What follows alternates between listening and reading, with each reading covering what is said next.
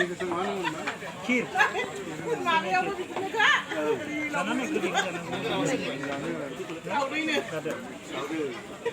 थांना दे जानो मोसानांगौ जा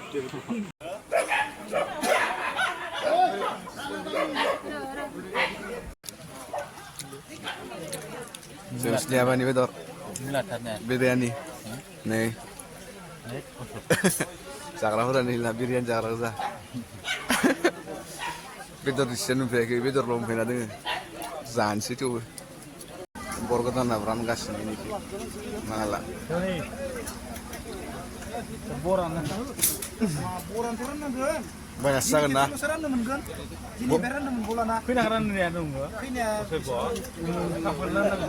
Dini lo sumur nih menjasi kan. pindah tatwa Pinat. itu lapangan nunggu Terus seran nangge. Terus seran nangge.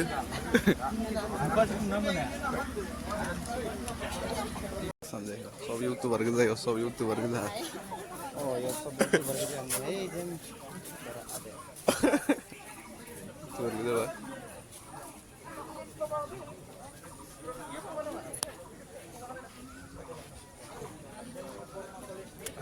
ini. Moto kereta.